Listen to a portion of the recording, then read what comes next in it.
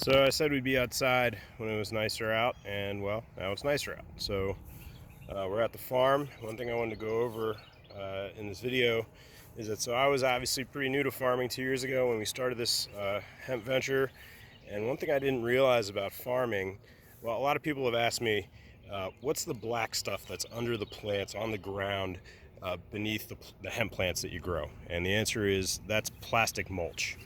And what it does is it suppresses weeds, just like a mulch layer would do of wood chips or whatever mulch you use. The plastic mulch does the same thing. It's a plastic layer, and it's incredibly effective, basically 100% effective at suppressing weeds and having no weeds and grass grow where you're growing your plants, your produce, whatever it is.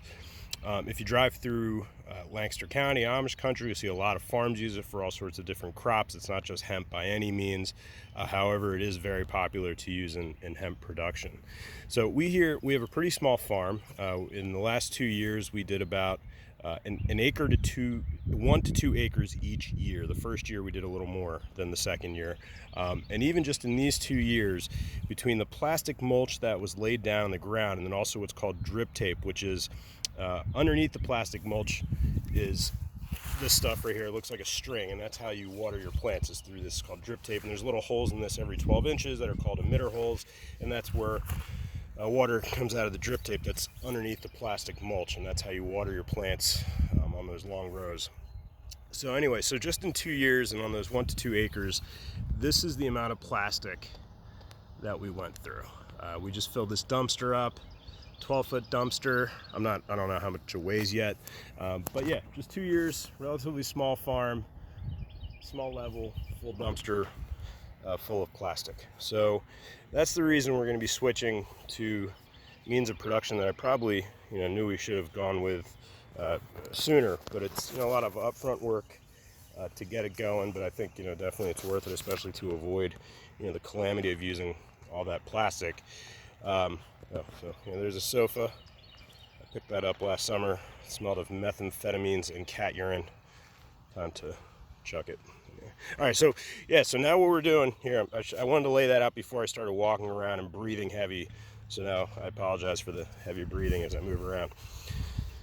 So another thing I didn't know when I started farming was that I would be dumpster diving at 6 a.m., which I did today for cardboard. Went to the appliance store near my house, and they were able to hook it up with the cardboard from the dumpster.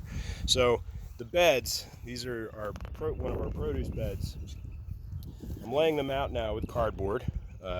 This is 30 inches wide. There's these strings. There's 2 strings going down on each side, 30 inches apart. And on those 30 inches, well, first of all, the cardboard is laid down like the plastic mulch was laid to suppress weeds. This cardboard is going to be laid down, but on top of this cardboard, I will put compost, a layer of compost, probably 6 to 8 inches deep of compost. I know it sounds like a lot of compost, and it is. And there's 7 of those rows just in this patch right here. Pardon me. So the compost we lay down in 30-inch wide rows. And then there's wood chips, about 12 to 18 inches of wood chips on either side of the rows of compost. And here's the compost here. Hope I'm getting that in the camera. And here's wood chips. So one of the blessings being here, southeastern Pennsylvania, Chester County, is we have access to amazing mushroom compost. I got all of that delivered for free. Pretty incredible local source, trucked in, dropped off, no problem. And what else I wanted to go over? Oh, so we're going to be switching with this, going from plastic mulch to this method here. We're switching from what's called conventional tillage, which is where the past 2 years I got my tractor out, attached a harrow to it, plowed up the earth, and then went over it with a tiller, smoothed it out, made it nice and refined, and then pulled the plastic mulch over that.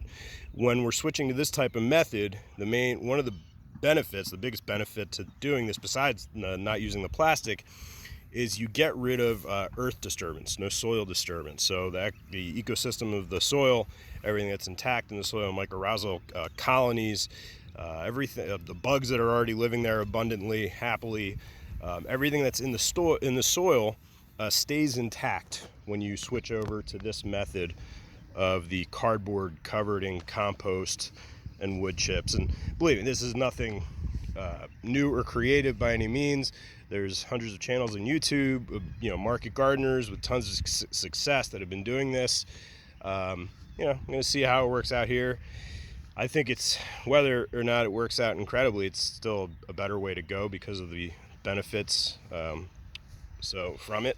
It's crazy to me that, for organic production, quote unquote organic, you can be an organic producer and still use plastic mulch. Using plastic mulch has nothing to do with your organic status, because you're still not using, synthetic products for herbicide or pesticide, etc. So you're still organic, but you can be organic in conjunction with using all of that plastic. And I'm only, again, 1 to 2 acres the past 2 years. Can you imagine on 30, 50, 500, 5,000 acres what the use of plastic mulch, what that looks like? And in those 1 to 2 acres, we also had the plastic mulch. Our centers, our rows were 6 feet apart. In some other places, that plastic, those rows are much narrower, aisles are narrower, so they're using much more plastic per square foot to cover the space than we would be using, because our rows are wider apart. We're starting the year. We'll be planting soon. We got some veggies going, seedlings, etc. Setting up beds now. It's going to be labor intensive. It's an arduous process. A lot of people ask, like, hey, how can I support the farm? No, I'm just kidding. Nobody fucking asks. So no, there's no link here for Patreon. There's none of that shit. Just enjoy the videos. I hope you get something out of it. Peace.